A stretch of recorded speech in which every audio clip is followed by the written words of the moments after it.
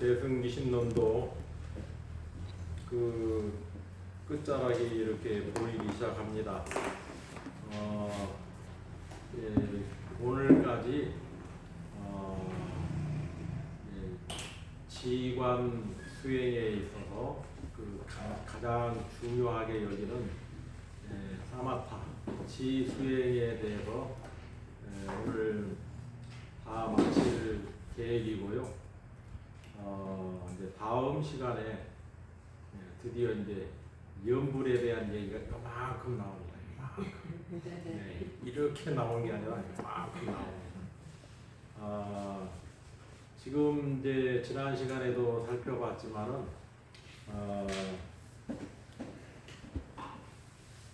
사마타라고는 지관 수행과 또 밑바사나라고 하는 관관 수행, 두 개를 다 합쳐서 소위 말해서 관수행이라고 그러죠. 그러니까 대승불교의 수행은 큰 틀에서 보면은 관수행이에요.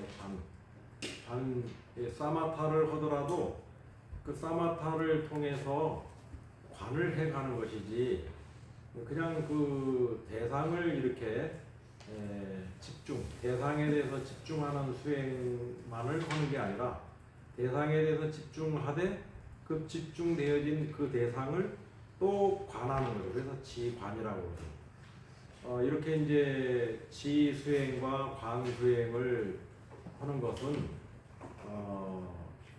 한마디로 얘기해서 뭐라고 할 수 있냐면 이거를 난행도다라고 얘기할 수 있는 겁니다. 그러니까 지관수행은 난행도에다 쉬운 수행이 아니다라는 거죠. 그리고 불교에는 이제 성불에 이르는 두 가지 길이 있는데 하나는 난행도고 하나는 이행도다. 그 이행도의 가장 정점에 있는 게 바로 이제 정토 수행이다 하는 거죠. 왜 정토 수행이 쉽다라고 얘기할 수 있냐 하면은 지관 수행을 하지 않는다라는 거죠. 그러니까 지관 수행을 그러면 누가 하느냐? 엄격하게 얘기해서 이행도는 지관 수행을 안 하는 게 아니에요. 지관 수행을 해요.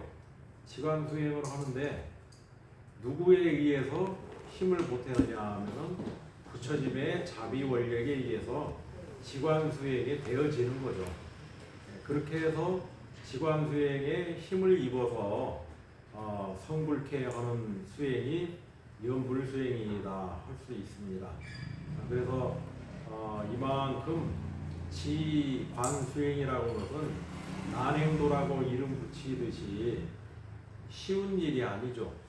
왜냐하면 내가 해 나가야 되는 거니까.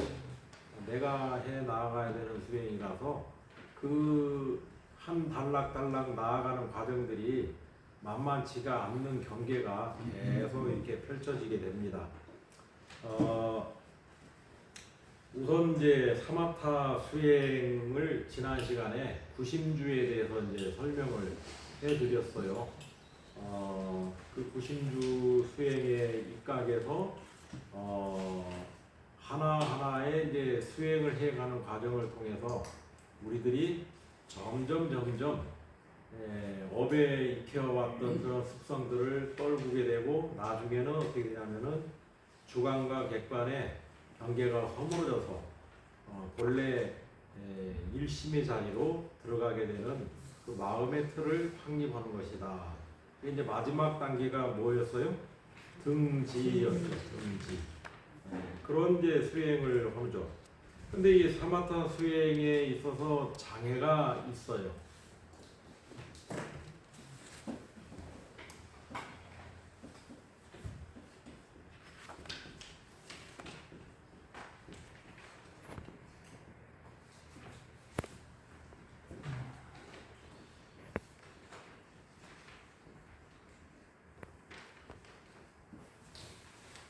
사마타 수행에 있어서의 장애가 있는데 이 장애에 거쳤을 때 이 장애를 빠져나오기가 쉽지가 않다라는 거죠. 그래서 수행을 올곧게 해 나가야 되는 거죠.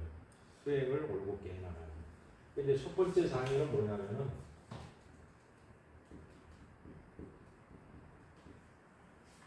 신체에 대한 장애예요. 신체에 대한 장애. 이 특히 이제 그 참선 수행을 하다가 많은 사람들이 겪게 되는 신체의 장애가 상기병이라는 거예요. 이 상기병이 오르게 되면 거의 사람 노소리가 쉽지가 않아요. 멍해져가지고 그리고 뭐 있어도 있는 존재가 아닌 그런 상태가 되어요. 신체에 대한 장애가 굉장히 많이 오게 됩니다. 이 신체에 대한 장애를 잘 극복해 가야 돼요. 신체에 대한 장애. 그리고 또 몸에 병이 온다든가 그런 여러 가지 변화들이 오게 되면서 이 몸에서 오는 장애가 만만치 않다. 두 번째는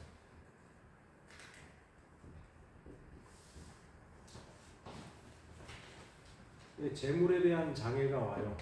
재물에 대한 장애. 그러니까 재물이라고 하는 것은 뭐 우리 이제 돈이라고 하는 것으로 얘기되어 줄 수 있는데 이 재물이라고 하는 것은 한마디로 얘기해서 돈이라고 하는 것에 국한되는 게 아니라 명예라든가 권력이라든가 이제 그런 또 뭐죠? 인기가 생긴다든가 그런 거에 그런 부분들이 생겼을 때 이 장애에 빠져버리죠. 예컨대 이제 옛날에 여복에 저승 갈 때 뭐를 가지고 가나 그런 책을 써갖고 베스트셀러 돼서 했던 스님이 계셔요. 아주 그 기도를 정말 지장 기도를 열심히 했던 스님이었어요. 그래서 그분이 뭐 책도 사실은 내용은 별거 없어요. 무엇이 꽂혀갖고 책이 잘 팔린 거예요? 제목. 저승 갈 때 뭐 가지고 가나 사람들 궁금할 거 아니에요. 뭐 가져가는 게 뭐가 있지? 그래서 그 책을 사봤는데 사실은 뭐 가져갈 게 있다고 얘기해 주는 게 없어. 각자 알아서 챙겨야 되는 몫이지. 그 일약 스타가 돼갖고 KBS 아침에마다 거기에도 초대가 돼가지고 아주 스님이 가서장상 수하고 근엄하게 나오시고 그게 정점이었던 것 같아요. KBS 아침마당에 나오면서 그 스님을 친견하겠다고 막 사람이 인산인해가 돼가지고 그렇게 이제 대단해. 그러니까 당연히 이제 그렇게 되면 뭐가 따르겠어요? 재물이 따르죠. 뭐가 또 따르겠어요? 명예가 따르지요. 또 뭐가 따르겠어요? 권력이 따르지요. 인기가 따르지요. 그래서 그 스님이 폐가망신 당해서 돌아가셨어요. 돌아가셨어요. 벌써 20년 전에 돌아가셨나? 이게 이제 그런 장애예요.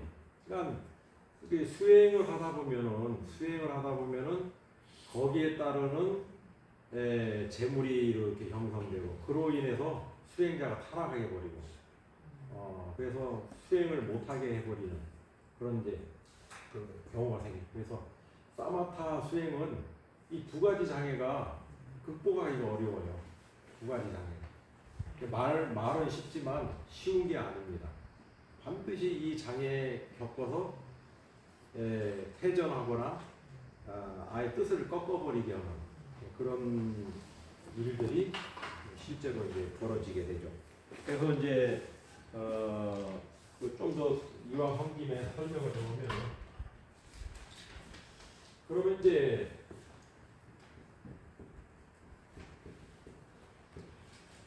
이 사마타 수행에는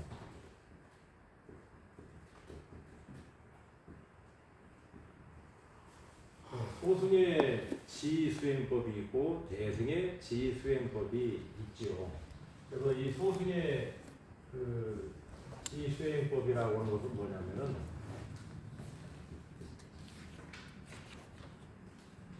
요 대상에 집중하는 거예요.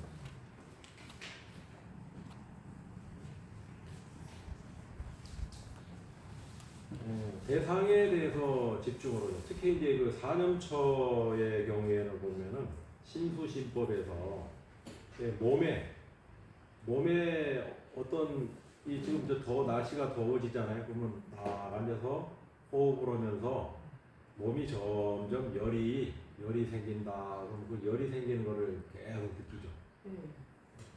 호흡을 통해서 계속 열이 생기는 거. 그러면 그 열을 딱 느끼는 순간 이제 어떻게 되느냐? 내 몸에 있는 체온을 낮출 수가 있어요. 계속 응시를 하면은 그를 쫙 낮출 수가 있죠. 그리고 또 내 몸에 찬바람이 싹 불어오면은 바람이 불어오는구나 하고, 범부 중생은 바람이 불어오면 어때요? 시원하다 그러죠. 이미 마음을 뺏겨버린 거죠. 시원하다 하는 순간 마음을 뺏겨요. 그냥 뭐예요? 바람이 불어오는 거야. 그 바람에 대해서 집중하는 거예요. 대상에 대해서 집중하는 거죠. 또 내가 오늘 아침에 밥을 먹었는데 배가 아파. 배가 살살 통증이 오고 다 그러면은 우리는 배 아프는 순간 무슨 생각이 들죠? 병원 가야지. 오늘 아침에 뭐 먹어서 이랬지? 이미 그건 뭐예요? 마음을 뺏겨버린 거예요. 배가 살살 아프면 뭐예요? 그 살살 아픈 배를 계속 집중하죠. 집중을 통해서 그 통증을 완화시켜버려요.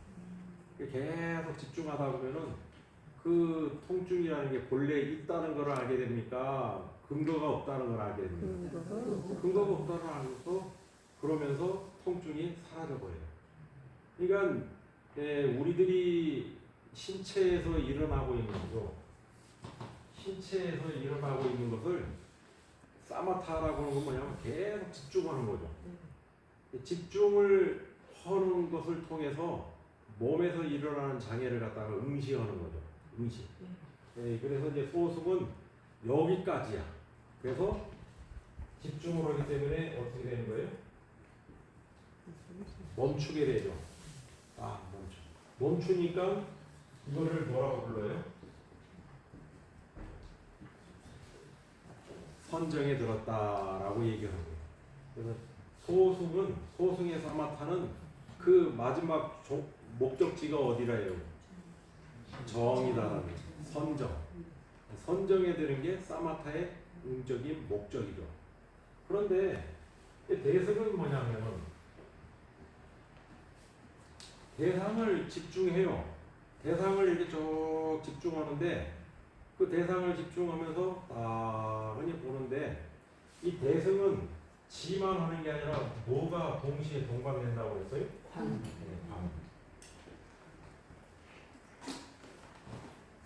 관이 동시에 이제 동반되는 거예요. 그래서 비춰봐요. 멈추는가 동시에 뭐예요? 멈추는가 동시에 비춰보죠. 그래서 그 집중하고 있는 대상에서 딱 비춰보니까 어떤 현상이 벌어집니까?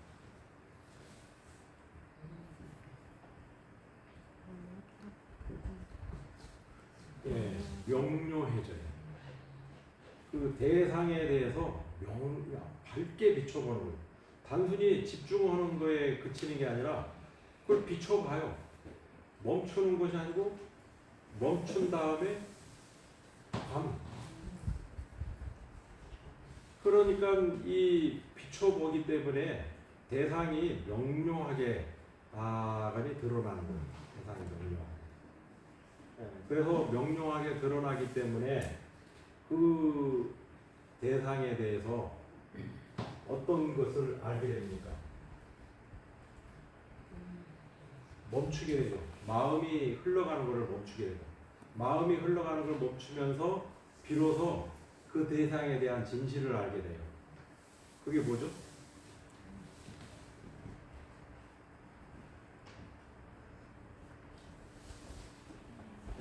지혜를 드러낸다라는 거죠.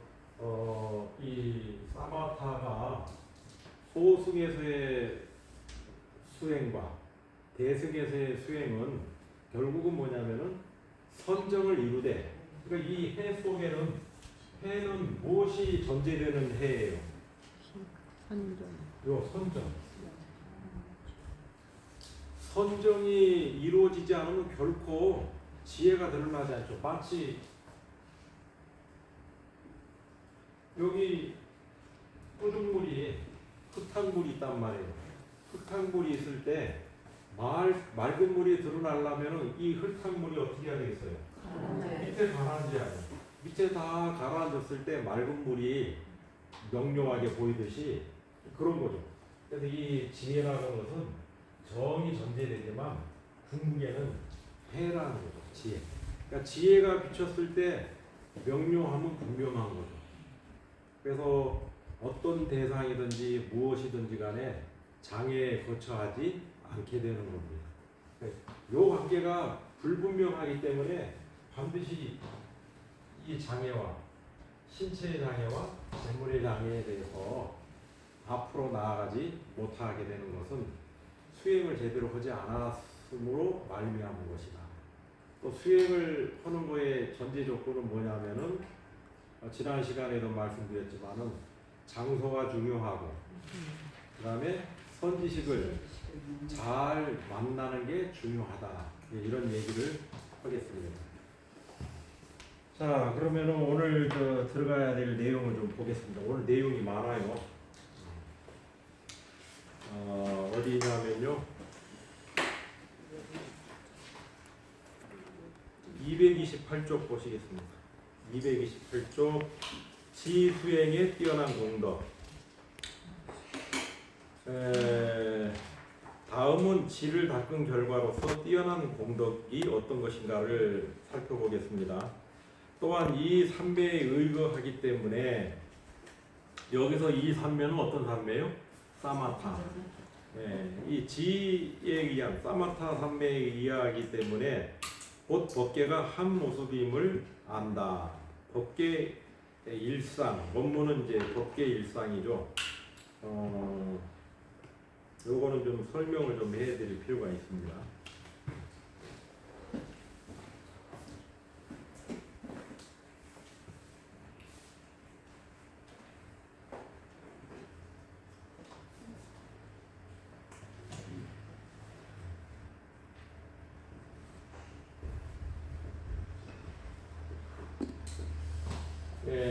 이 법계라고 했을 때 이 계는 경계 계자로 쓰는데 이 계는 뭐냐면은 뭐와 같은 의미를 갖느냐 하면은 성품 성자와 같은 의미예요. 그래서 법의 뭐예요? 성품이라고. 법의 성품이고 법의 성질이라고. 법의 성질. 그래서 이 법계라고 하는 것은 10개로 얘기할 수가 있죠. 10개. 이 정도 해야 돼요. 맨 아래가 지옥. 그 다음에 축생. 너무 길게 잡았다.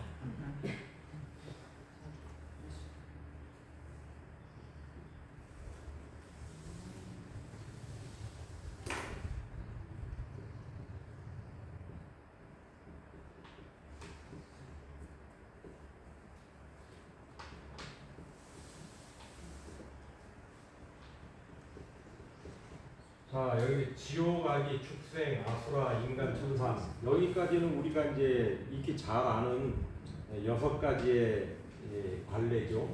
그다음 이제 요 위에가 이제 뭐냐면은 성문, 연가, 오살, 부처지. 이거를 이름하여서 이제 십법계라고 해요. 십법계. 법계는 법계인데 뭐예요? 십법계. 그러니까 10개의 법계가 있어요. 그래서 여기는 뭐냐면 지옥계라고 하는데 지옥의 성품을 지니고 있는 거예요. 그러니까 지옥의 성품을 지니고 있기 때문에 이 지옥의 성품을 지니고 있는 한에는 이것이 일이 갈 수 있나요, 없나요? 불가능한 거예요. 불가능. 절대로 성문 영각으로 점프해서 갈 수가 없지요. 또 성문이 또 지옥으로 갈 수도 없는 거예요. 왜냐하면 섞일 수 있는 성질이 다르면은 성질이 바뀌면은 절대 섞이지가 않죠. 물과 기름은 섞입니까? 안 섞입니까? 아무리 섞으려고 해도 섞여지지 않는 거예요. 그런 것처럼 10가지의 십법계가 각기 이렇게 있는데 이 법계라고 하는 것은 근데 어디서 오게 됐느냐라는 거예요. 법계란 이 모든 것들이 근데 지옥은 어디서 생긴 거예요? 요 지옥은 어디서 생긴 거야? 요 아기는 어디서 생긴 거예요? 요 인간은 어디서 생긴 거예요? 내지 성분, 영각, 보살, 부처는 어디서 생긴 겁니까? 어디서 나온 거예요?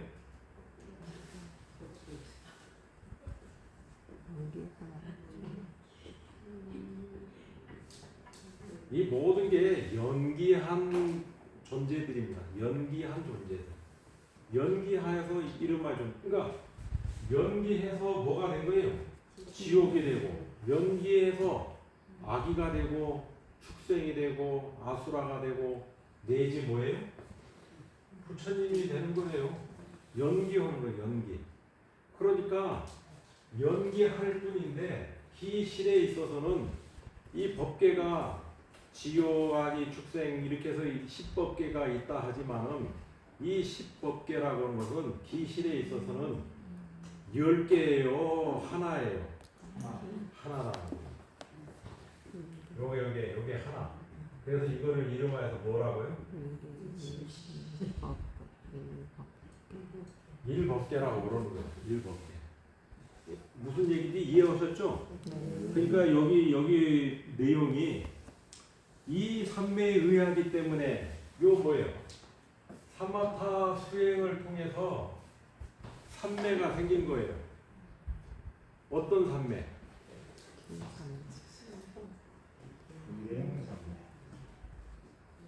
일행삼매. 다시 말해서 이 일행삼매는 어디에 가야지 생기는 거예요?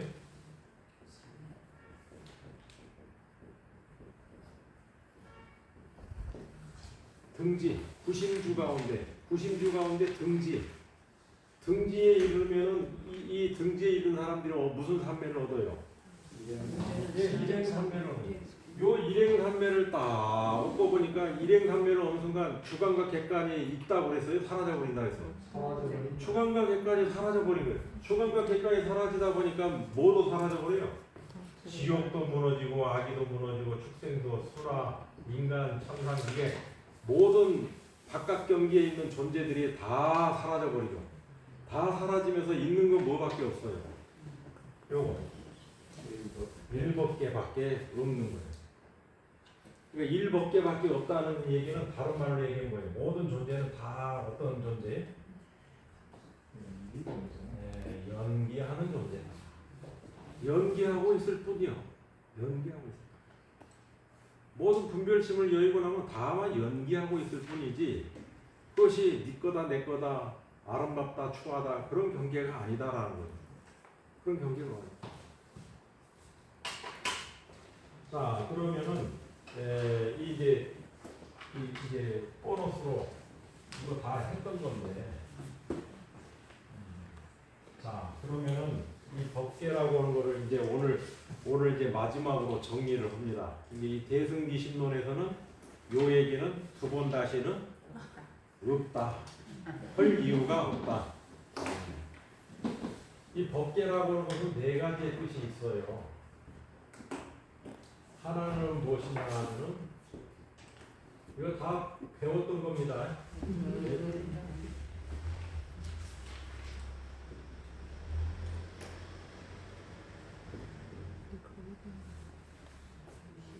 법계는 뭐냐 하면 무시시래, 무시이래라는 말 들어봤죠? 그 무시이래가 무시시래예요. 그러니까 법계는 뭐냐면은 시작도 뭐예요? 시작도 없고 끝도 없어. 무시무종이요. 무시무종. 시작도 없고 끝도 없는 게 법계의 성품이라고. 그러니까 여기 십법계에 보면은 어디가 먼저입니까? 어디가 먼저라고 할 게 없어요.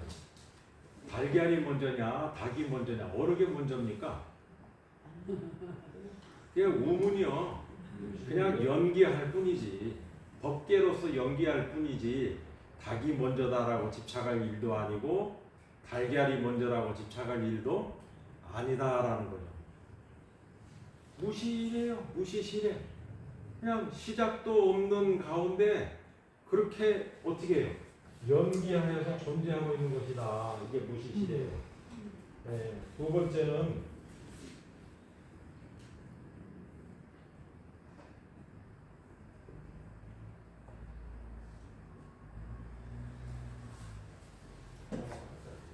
타화자재예요.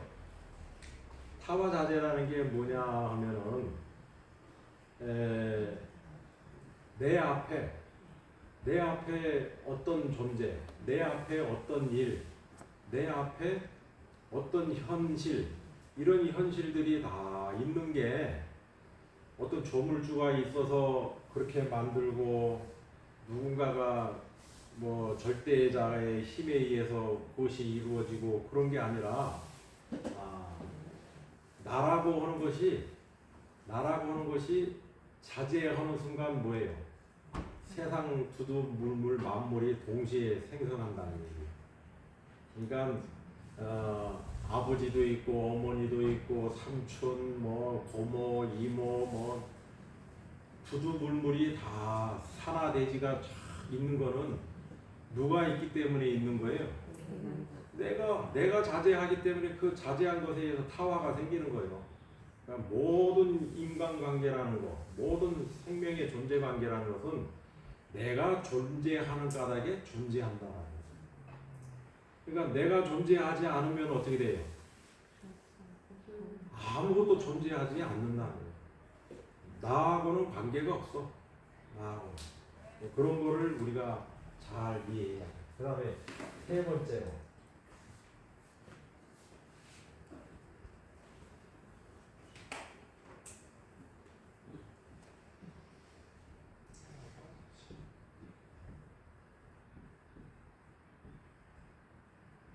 시간이 빨리 이거는 주가 아니니까 윤회예요. 법계의 현상은 뭐냐 하면은 모든 게 다 윤회하는 겁니다. 법계의 현상은 윤회하는 것이 현상이지 윤회하지 않는 모습은 없다.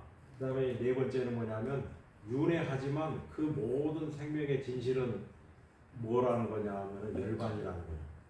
이게 법계의 성품이에요. 이제 다음에 기회가 되면은 법성계를 경전학당에서 강의를 할 계획이 있거든요. 그 법성계라는 게 뭐예요? 이 법계를 말하는 거죠. 그러니까 법성계의 첫 계구 일구가 뭐예요? 법성원흉 무이사.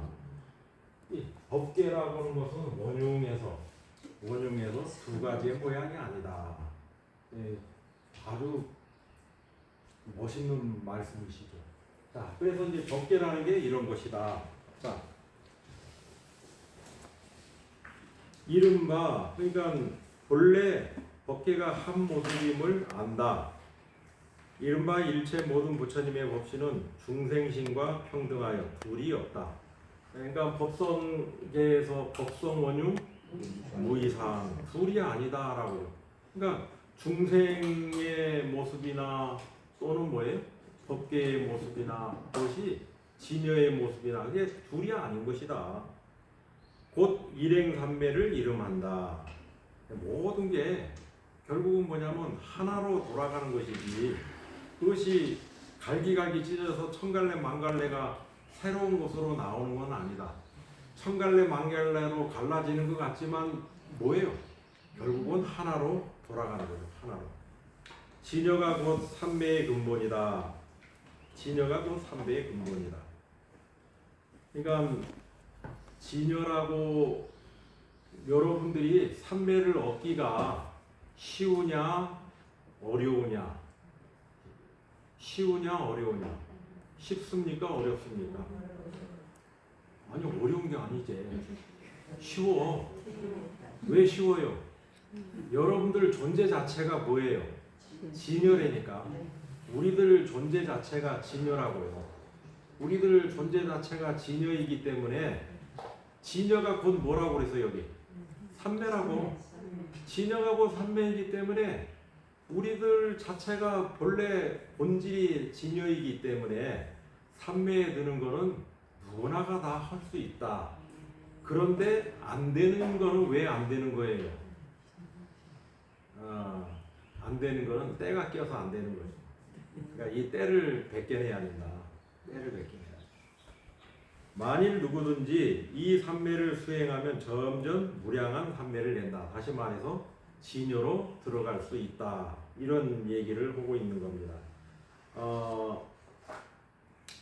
자, 그러면은 이제 이렇게 누구나가 다 진여이기 때문에 삼매를 얻을 수가 있는데, 그런데 그 삼매를 얻으려고 보니까 내 마음에 있는 뭐를 닦아내야 돼요?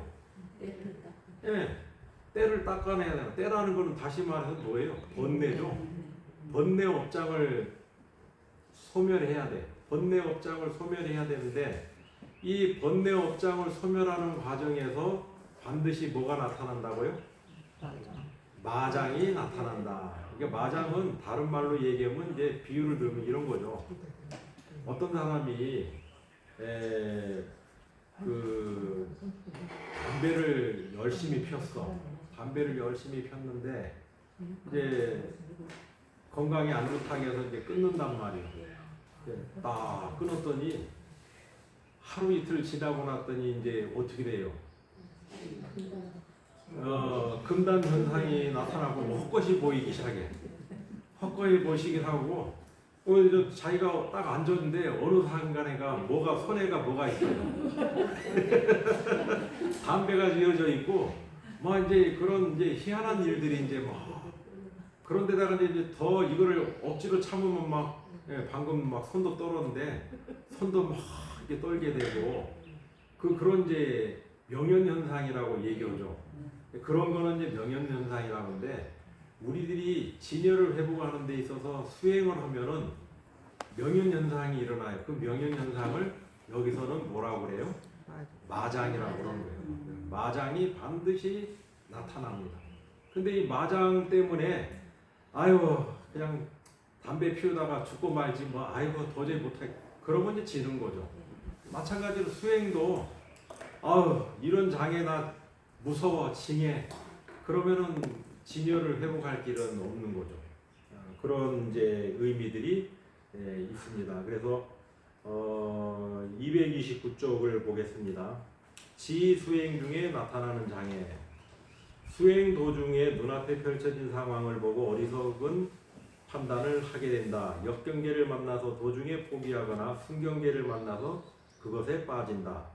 역경계란 자신에게 거스리는 상황을 말하고 순경계는 자신에게 맞거나 이로운 상황을 말한다.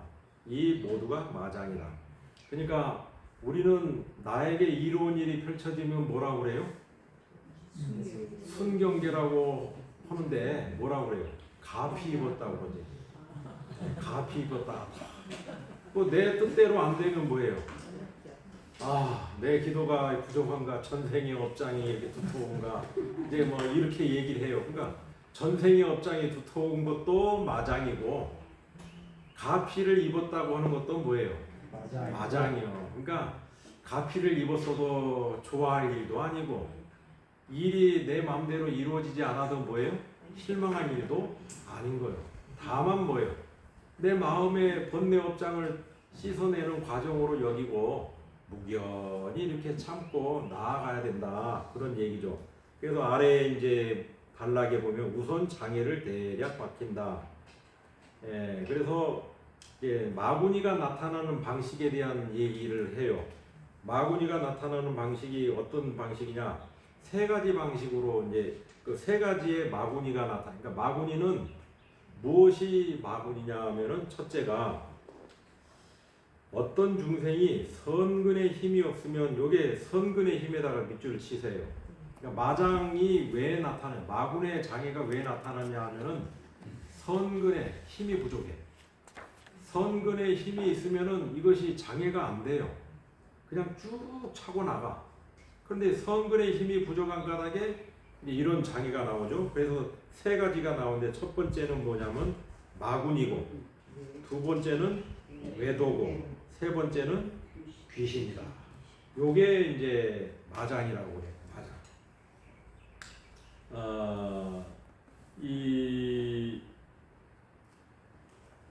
이 세 가지로 반드시 나타나게 돼 있어요. 세 가지로.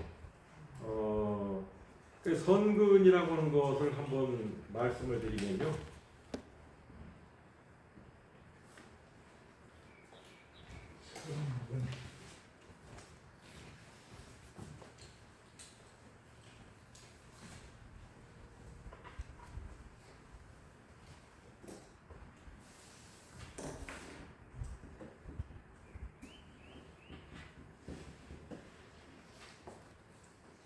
선근은 뭐냐면 좋은 뿌리를 말하는 거죠. 이제 착한 뿌리, 세상에 착한 뿌리는 없어요. 좋은 뿌리가 있을 뿐이지. 좋은 뿌리인데 이 좋은 뿌리는 어떻게 해서 생기는 거냐 하면은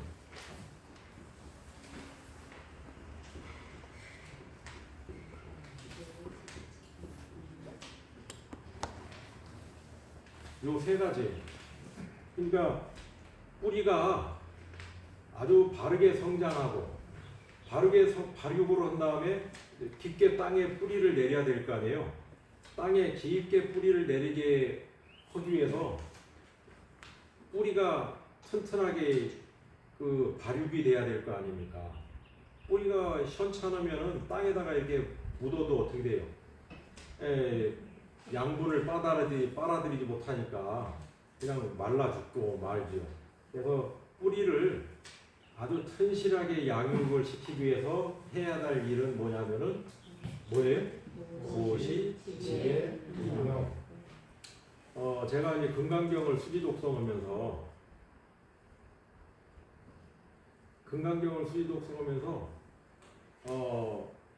빠졌던 착각이 뭐였냐면은 계속해서 법문원시기를 가사 삼천대천 세계를 세계에 가득 찬 실버로서 고치를 한다 할지라도 이 사구계를 읽는 것만 못하느니라 라고 얘기를 하니까 무엇은 깡그리 무시해버려요?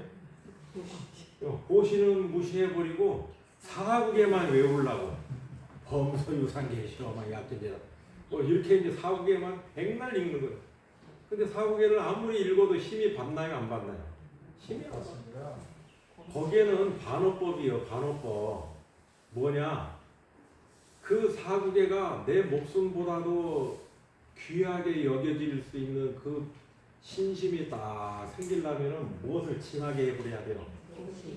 보시를 참으로 진중하게, 이거밖에 내 삶에 의미가 없다라는 의미를 가지고 진중하게 보시를 행했을 때 어느 날 사구계가 눈에 다 들어오고 이 사구계가 나를 살리는구나 하고 감사함을 아는 거지.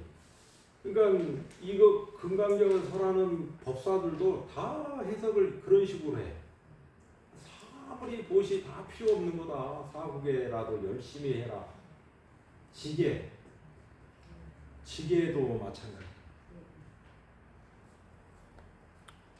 이 얘기 오면은 또 시간이 다 되고 벌써 나가지도 않았는데 시간이 저렇게 있어. 그래서 어쨌든 보시지게 인욕을 하면은 선근의 뿌리가 양육이 튼튼하게, 요거를 이제 땅으로 뿌리를 내려서 나아가게 하는 거. 우리로 입장에 뭐예요? 이 사바세계의 뿌리를 다 두루두루게 할 수 있게 하는 것은 마지막에 이제 하는 게 뭐예요?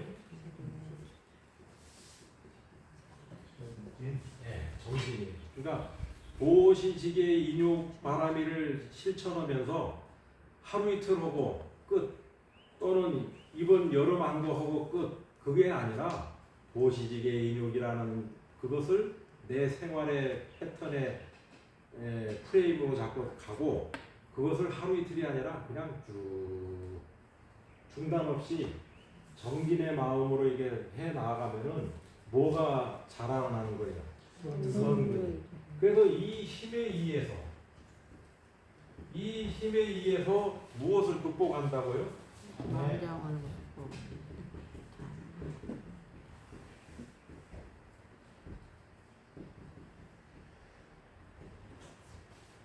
요 마구니의 장애를 극복할 수가 있어요. 이 마구니의 장애라고 하는 것은 세 가지로 나오는데 하나는 마고,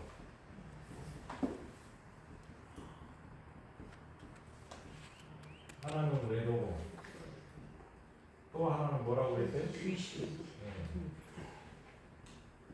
반드시 나타나요. 네, 수행하다 보면은 귀신이 나타난다니까요. 그래서 이게 약한 사람은 혼절해버려요.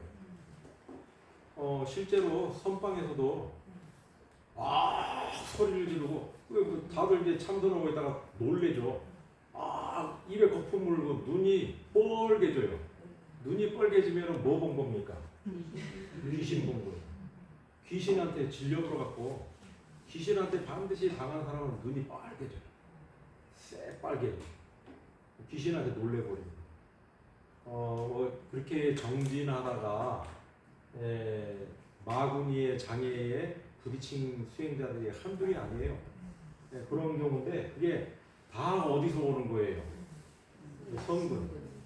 선근을 그러니까 참선 수행이 됐든 연불 수행이 됐든 이것이 장애 없이 잘 되려면은 먼저 무엇부터 해야 되는 거예요? 모시지계 인욕 정진 이것을 꾸준히 해야지 어떤 장애가 마구니의 장애 거치지 않고 설사 거치더라도 뭐예요? 살짝 흔들리고 마는 거예요. 살짝 흔들리고 말지 그것이 그냥 그렇게 해서 퇴보해버리면 안 되는 거죠. 그래서 이제 이 마는 뭐냐 하면은 이 마, 저 위에 저것도 마는 뭐냐면은 천마라고 그래요. 그러니까 천마, 타와 자제천에 있는 왕이 누구죠? 파순이죠. 마왕 파순이.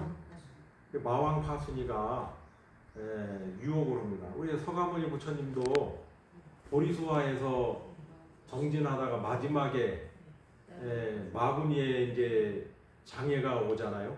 마구니의 장애가 왔을 때 마왕 파순이 마지막에는 뭐예요? 자기의 부대를 데리고 와서 아주 총공세를 하잖아요. 근데 부처님은 거기에서 미동도 안 하고 다 버틴 게 뭐냐면 세세생생 뭐를 해왔어요? 이분은 성근을 쌓아왔다니까. 세세생생 성근을 쌓아왔기 때문에 마왕 파순의 군대 가지고는 물리칠 수가 없는 거예요. 그래서 항복받았다라는 거 아닙니까? 이게 굉장히 중요한 의미죠. 그래서 여러분들이 왜 내가 연불이 안 될까? 왜 내가 기도가 안 될까? 기도가 안 되는 걸 걱정하지 마세요. 뭐를 하면 됩니까? 선근을 자라나게 해야 돼. 선근을 자라나게 해야지 기도 성취가 빨리 이루어지는 거죠. 그래서 여기 보면 이제 몇 가지로 나타나냐면요. 5가지로 이제 마구니가 나타나요. 5가지로 마구니가 나타나는데 첫 번째는 이제 어떤 거냐 하면은 만약 한 부분 읽겠습니다. 만약 자선 중에 어떤 형체를 나타내어 공포를 일으키거나 혹은 단정한 남녀 등의 모습을 나타낼 경우 오직 마음뿐임을 생각해야 한다. 그렇게 되면 곧 경계가 사라져 끝내 괴롭히지 못한다. 여기는 뭐냐면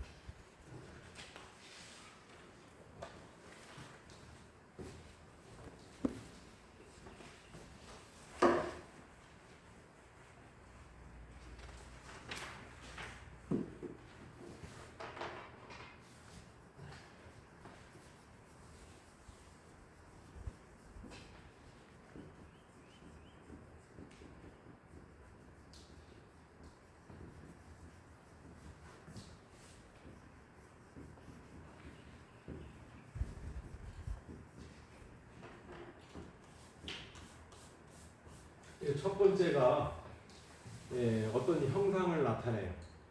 이 형상을 딱 나타내게 해서 나를 호감을 사게 하거나 불쾌한 마음을 내게 하거나 이제 그렇게 하고 또 설법을 하죠. 설법을 통해서 내 마음을 싹 이렇게 흔듭니다.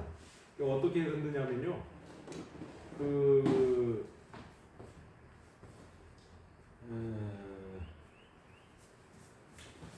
이거를 일일이 다 설명하면은 일단 요거는 꺼냈으니까 설명을 해야 돼. 어떤 사람이 공부를 자꾸 하는데 아니 그 왕거미가 참 와갖고 머리에다가 막 이렇게 부처님도 그 고행 중에 머리에다가 뭐를 했다고 그러죠? 새가 둥지를 풀어갖고 거기서 새끼를 치고 그렇게 했다고 그러잖아요. 이게 자선을 이제 하고 있는데 토굴에서 이제 정진하는 대중이겠죠.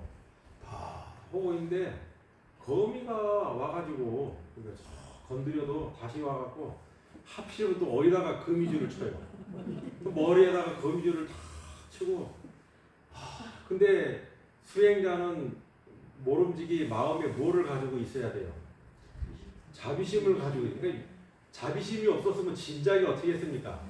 딱 이렇게 해서 이제 죽여버렸을 텐데 이렇게 할 수는 없잖아요. 자비심이 있으니까. 그러니까 이렇게 해서 턱 치고 이제 근데 자꾸 와서 걸리적거려. 그래서 안 되겠다. 그래서 이제 이 거미를 관을 쫙 하니까 요만한 거미인데 쫙 관을 하니까 거미가 이렇게 커 보여요. 그래서 이 거미에다가 옴자를 쓰면 이 거미가 이제 나한테는 범접을 못 하겠지 해갖고 거미 배에다가 옴자를 다 붓을 들고 딱 손대는 거예요. 그랬더니 그 거미가 툭 떨어지더라는 거지. 툭 떨어져. 그래서 내가 참 신명하다. 뭐를 해버렸더니 옴자를 딱 쓰니까 거미가 떨어지는구나. 그래서 이제 다 앉아갖고 다음날 아침에 이제 개울에 가서 씻으려고 개울에 가서 배를 갖다가 탁 열어봤더니 자기 배에다가 옴자를 썼어. 이런 게 참 많아요. 그러니까 사실은 그 거미가 지금 어디서 나온 거예요? 자기 마음에서 나온 장애지. 그러니까 이게 지금 여기서 얘기하는 이 장애라고 하는 거, 이 마구니의 장애는 전수 지금 밖에 있는 게 아니라 지금 어디 있는 거예요? 내 안에 있는 거예요. 근데 이거는 지금 수행자가 겪는 단계잖아요. 근데 범부 중생은 실제로 내 밖에 지금 나를 걸리적거리는 인간이 있다니까. 그래서 우리는 그 사람을 보고서 자꾸 미워하고 질투하고 멀리 보내버렸으면 하고 그런 생각을 계속 가져요. 그건 뭐냐면 그 인간이 나한테 위롭게 하는 게 아니라 내 마음이 자꾸 그런 경계를 불러들이는 거예요. 밖에 있는 게 아니에요. 내 마음이 자꾸 부딪혀서 미워하게 되고 원망하게 되고 질타하게 되고 도망가고 싶어하고 이런 거죠. 그래서 실제로 자기 배에다가 글씨를 쓰는 수행자가 많다니까. 많아요. 여기 이마에다가 도장 찍는 사람도 있고. 한 번은 다 해갖고 A로 먹어서 그 낙관 도장이 낙관에가 이제 부처님이 형상을 이렇게 해놓은 낙관이 있는데 자꾸 와서 귀찮게 어떤 놈이 자꾸 귀찮게 에라 이놈아 누워서 이거나 가져가라고 해서 낙관을 딱 찍어줬대. 그랬더니 낙관을 받은 사람이 아이고 고맙습니다 하고 가더라는 거예요. 다음날 아침에 대중들이 그 이마에 있는 거 뭐냐고 물어보는 자기 이마에다가 그 선정 중에 만났던 그 나쁜 놈이 누구예요? 자기 마음속에서 일어나는 그 경계상에 드러난 거지. 경계상에 드러나면서 그거를 도장 찍었는데 그 도장 찍은 게 여기다 찍은 거 아니야. 그 수행하다 보면 그런 경우가 요런 얘기는요 2박 3일 얘기도 부족해. 실례로 저도 그런 적이 있어요. 그래서 이제 형상을 나타내가 또 설법 요거는 아니죠. 또 어떤 큰 스님 같은 분이 오거나 어떤 스님이 와서 법문을 해줘요. 법문을 했는데 그렇게 신심이 날 수가 없어. 그래서 그 스님의 법문대로 따라하다가 망조가 되는 경우가 많아요. 그래서 이 설법을 통해서 장애를 만나는 경우가 생깁니다. 항상 그것을 잘 유념해. 근데 그 설법의 제일 첫 단추는 뭐냐면 칭찬이에요. 야, 너 용순다. 참, 진짜 너만큼 열심히 하는 넌 내가 쭉 다녀봤지만 내 본 일이 없다.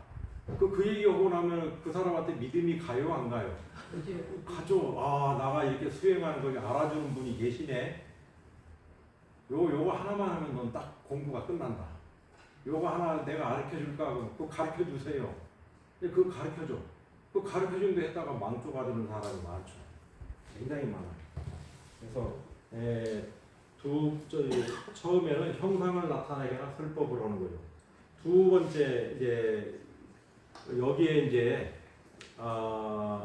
경계에 만날 때 그 공포심을 일으키고 그 다음에 애욕을 일으키게 하고 또 혼란스럽게 하기도 합니다.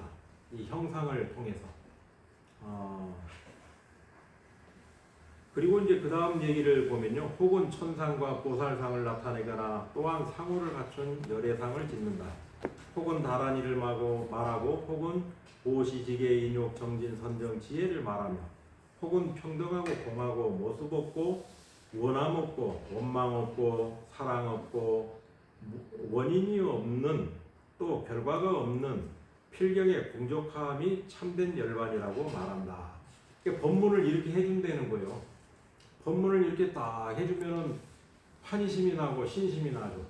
너 이거 한번 해보길래? 이러는 거죠. 아, 저 그렇게 하고 싶습니다. 내가 해준 대로, 내가 시킨 대로 해라. 시킨 대로 했다가 이제 끝나는 거예요. 이게 삿된 것인지 아닌지, 마의 장애인지 아닌지를 구분을 할 줄 알았는데 이미 장애가 만났다는 걸 구분할 수 있다는 거예요, 없다는 거예요? 구분할 수가 없으니까 그냥 끌려가는 거죠. 네, 이게 공부하다 보면 이런 경계가 나와요. 그래서 반드시 누가 옆에 있어야 됩니까? 선지식이 옆에 있어야 되는 거예요.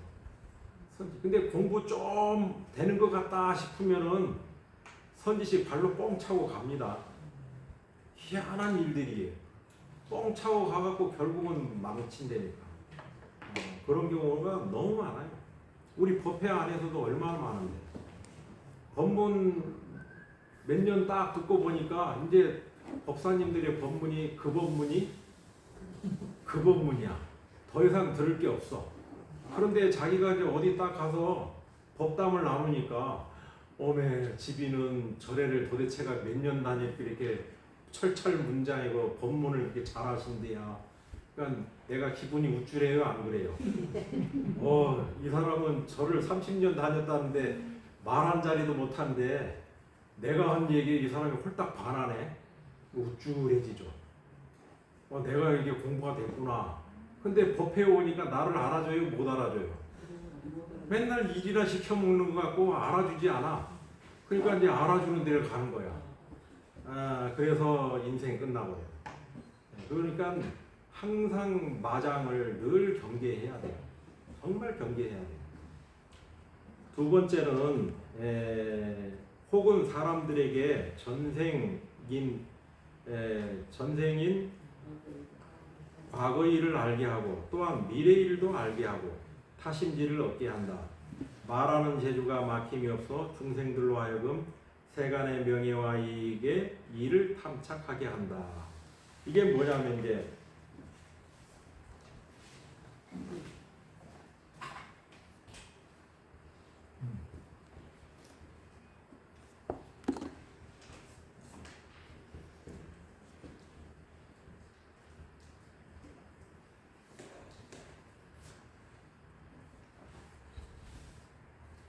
두 번째는 사마타 수행을 하면 반드시 생기는 게 뭐예요?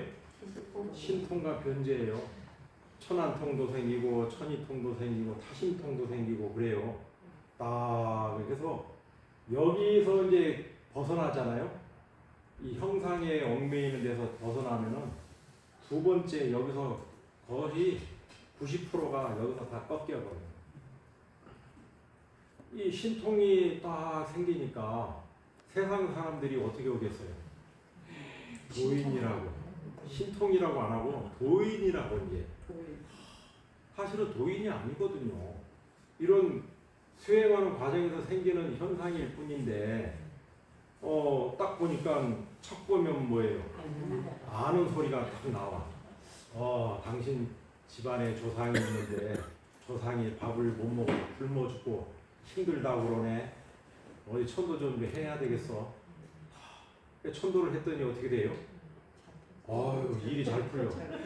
아유, 참 신통하기도 하고 도인이라 확실히 다르다고. 이러면서 이제 소문이 나가지고, 그러죠.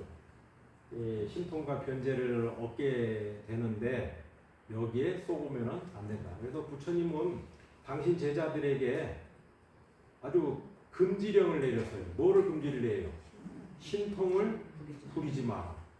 그러니까 신통제일인 목련존자도 뭐예요? 꼼짝 안 하고 신통을 안 썼다니까. 자기가 죽을 일인데도 그냥 갔어. 그냥 맞아 죽어요. 신통을 부처님의 말씀을 절대적으로 믿고 의지한 거죠. 자기가 여기를 가면 죽는다는 거 알지만 그게 자기 전생의 업이라는 걸 알기 때문에 그냥 가는 거죠. 그래서 절대로 신통을 부리면 안 됩니다. 신통에 빠지는 게 마장이에요. 그리고 이제 세 번째, 이제 이렇게 되면 뭐냐면은 신통을 부리면은 반드시 어떤 장애가 생기냐 하면은 여기 나온 얘기처럼 세간의 명예나 이익의 일을 탐착하게 돼. 그렇기 때문에 수행에서 반드시 물러서게 돼요. 재앙이 생겨요. 재앙이. 또 공부 좀 하다가 뭐 신통한 소리 좀 하게 되면은 다 뭐예요? 그것만 해도 먹고 살기 좋거든요. 그거 해서는 안 되는 거죠. 또 사람들로 하여금 자주 화를 내고 자주 기뻐하게 하여 성품의 일정한 기준이 없게 한다. 혹은 따뜻한 마음이 많게 하고 잠이 많고 병이 많아서 그 마음이 게으르게 한다. 혹은 갑자기 정진하다가 뒤에 곧 그만두어 불신하는 마음을 내어 의심이 많고 염려가 많게 한다. 요게 이제 세 번째로 뭐냐면 의혹을 일으키거나 업을 짓.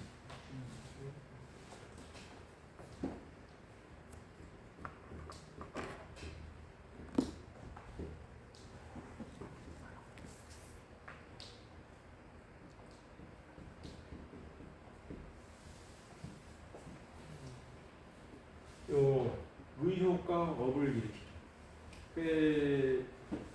어떤 스님이라고 하는데 얘기를 안 할게요. 저 송강사에 강주로도 있고 꽤 유명했던 스님이 한 분 계셔요. 그분이 독일을 이제 여행을 갔어. 독일을 여행 가다가 한국인 연주자를 만났네. 한국인 연주자를 만나고 그때까지만 해도 이제 명함을 주고받고 하면서 이제 이렇게 했는데 이 한국에 있는 이제 그 연주자가 한국으로 이렇게 와가지고 둘이 이제 연락이 닿아가지고 거시기 해버렸어. 그래서 아니 내가 그분한테서 내가 이 비신론을 배웠단 말이야. 아주 오래된 얘기예요. 그래서 아주 굉장히 그 감명 깊게 듣고 이렇게 했는데 그만 그냥 환속을 해버렸어요. 환속을 해가지고 참 어처구니 없는 일이 돼요.